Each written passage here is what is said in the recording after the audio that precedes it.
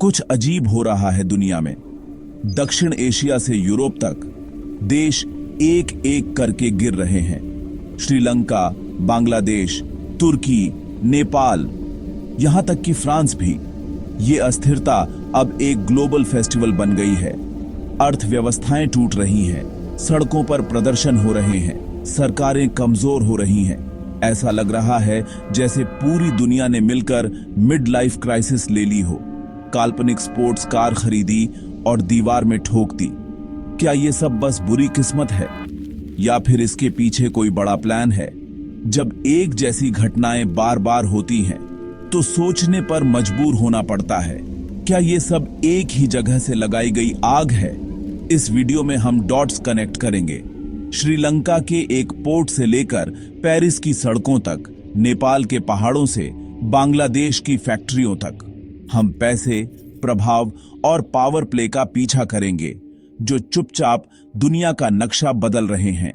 दुनिया को एक विशाल शतरंज की बिसात की तरह फिर से सजाया जा रहा है और हम में से ज्यादातर को पता भी नहीं कि हम प्यादे हैं। श्रीलंका, इंडियन ओशन का मोती, अब आर्थिक तबाही का पोस्टकार्ड बन गया है। कुप्रबंधन, भ्रष्टाचार और गलत फैसले, ये सब सच है, लेकिन असली ट्विस्ट था चीन से लिया गया भारी कर्ज। श्रीलंका ने हम्बन टोटा पोर्ट बनाया, लेकिन जहाज आए नहीं, कमाई हुई नहीं। 2017 में सरकार ने पोर्ट 99 साल के लिए चीन को दे दिया। ये सिर्फ डील नहीं, एक रणनीतिक मास्टर स्ट्रोक था। अब चीन के पास भारत के बगल में अहम ठिकाना है। श्रीलंका की तबाही इस डील का साइड इफेक्ट नहीं, बल्कि पोर्ट ट्रांसफर का आखिरी कदम थी। अब बांग्लादेश, कभी एशियन टाइगर, अब आर्थिक संकट में। गारमेंट इंडस्ट्री से पावर्ड इसकी अर्थव्यवस्था तेजी से बढ़ी, लेकिन फिर ग्लोबल मंदी, ईंधन की कीमतें और डिमांड में गिरावट ने सब बदल दिया। विदेशी मुद्रा भंडार घटने लगे। सरकार आईएमएफ के बेल आउट के लिए गई। बड़े इंफ्रास्ट्रक्चर प्रोजेक्ट्स, ज्यादातर चीन के बेल्ट एंड रोड इनिशिएटिव से फंडेड, अब भारी बोझ बन गए। डॉलर में कर्ज चुकाना मुश्किल हो गया और आर्थिक दबाव के चलते राजनीतिक अस्थिरता भी बढ़ी। विपक्ष सक्रिय, प्रदर्शन आम और सरकार पर जबरदस्त दबाव। जैसे जैसे देश आर्थिक रूप से कमजोर हुआ, राजनीतिक माहौल भी अस्थिर होता गया। क्या ये सब नेचुरल उतार चढ़ाव है या कहीं से दबाव डाला गया? जब आपकी अर्थव्यवस्था पश्चिमी ग्राहकों और चीनी कर्ज पर निर्भर हो, तो आप अपने घर के मालिक नहीं, किराएदार हैं।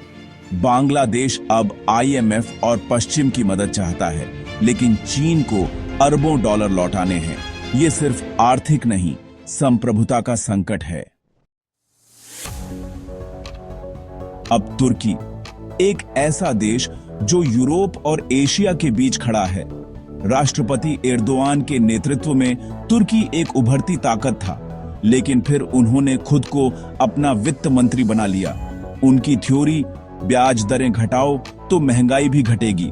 नतीजा, तबाही। तुर्की लीरा गिर गई, महंगाई आसमान छूने लगी और लोगों की कमाई मिट्टी हो गई। तुर्की श्रीलंका नहीं है, ये नाटो सदस्य, मिडिल ईस्ट में अहम खिलाड़ी और रूस के साथ जटिल रिश्ते वाला देश है। एर्दोआन का तुर्की एक मावेरिक बनता जा रहा था, जो न पश्चिम में फिट बैठता था न पूर्व में। क्या यह संकट सिर्फ खराब प्रबंधन था या एक सज्जा, एक ऐसे नेता को काबू में लाने का तरीका जो हद से आगे बढ़ रहा था? जब आपकी अर्थव्यवस्था तबाह हो जाती है, आप मजबूर हो जाते हैं। विदेशी निवेश, करेंसी स्वैप्स, मदद चाहिए। इस संकट ने एर्दोआन की ताकत को देश के अंदर और बाहर बुरी तरह कमजोर कर दिया।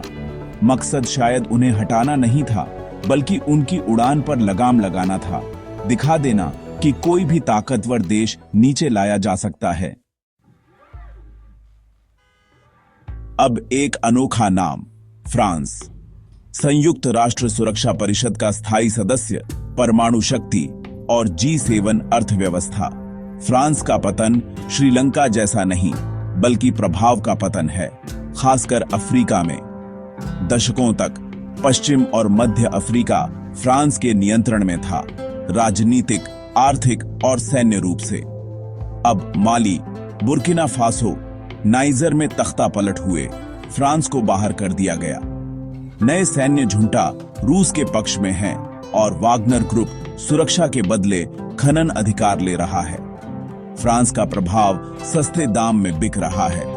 साथ ही फ्रांस खुद भी घरेलू अशांति से जूझ रहा है। येलो वेस्ट प्रदर्शन, हड़तालें, दंगे। एक देश जो अपनी अंदरूनी समस्याओं में उलझा है, उसके पास विदेशों में ताकत दिखाने की न ऊर्जा है न पूंजी। क्या ये उपनिवेशवाद के अंत की कहानी है या अफ्रीकी देशों के अपनी संप्रभुता जताने का नतीजा? रूस और चीन सिर्फ दर्शक नहीं, सक्रिय भागीदार हैं। फ्रांसीसी प्रभाव को तोड़ने में लगे हैं। वे असली उपनिवेश विरोधी भावना का इस्तेमाल अपने फायदे के लिए कर रहे हैं। 21वीं सदी के साम्राज्य सेनाओं से नहीं, बल्कि कहानियों, अनुबंधों और भाड़े के सैनिकों से बनाए जाते हैं। तो क्या ये फ्रांस का स्वाभाविक पतन है या उसे जानबूझकर कमजोर किया जा रहा है? अब नेपाल भारत और चीन के बीच फंसा एक छोटा देश, जिसका पूरा इतिहास नाजुक संतुलन का खेल है। दशकों तक नेपाल भारत की ओर झुका रहा, लेकिन अब चीन ने भी अपनी मौजूदगी दर्ज कराई है। एयरपोर्ट्स, सड़कें, डैम्स सब फंड कर रहा है। चीन आधुनिकता का वादा करता है और भारत पर निर्भरता का विकल्प भी देता है। इससे प्रभाव के लिए जबरदस्त खींचतान शुरू हो गई है और नेपाल की राजनीति इस जंग का मैदान बन गई है।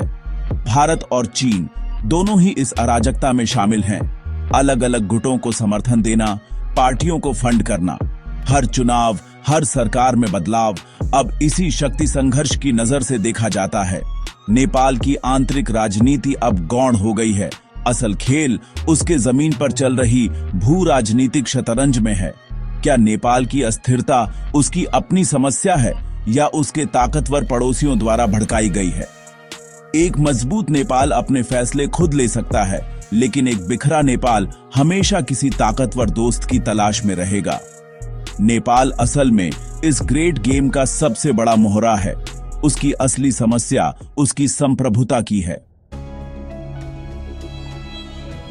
हमने दुनिया भर की सैर कर ली, श्रीलंका से पेरिस, नेपाल से बांग्लादेश तक। पहली नजर में ये कहानियां अलग लगती हैं, लेकिन सब एक ही पैटर्न का हिस्सा हैं।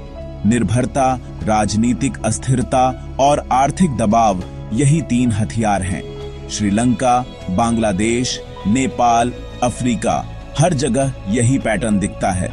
कमजोरियों को पहचानो, कर्ज या दखल से बढ़ाओ और फिर संकट का फायदा उठाओ।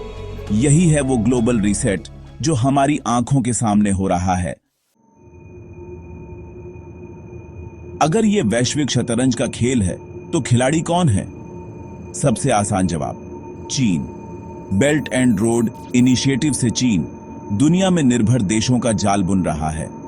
लेकिन ये सिर्फ चीन का खेल नहीं है, रूस भी बड़ा खिलाड़ी है।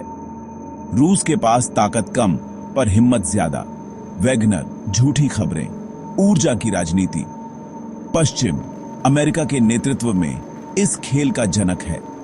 IMF और वर्ल्ड बैंक के नियमों से पश्चिम को फायदा मिलता है। असली मकसद एक आज्ञाकारी राज्य जो दिखने में आजाद हो पर फैसले कहीं और हों। तो अब हम कहां खड़े हैं? हम एक ऐसी दुनिया में हैं जो जितनी दिखती है उससे कहीं ज्यादा जटिल और शिकारी है। राष्ट्रीय सफलता और असफलता की सीधी कहानियां अक्सर गहरे सच को छुपा देती हैं।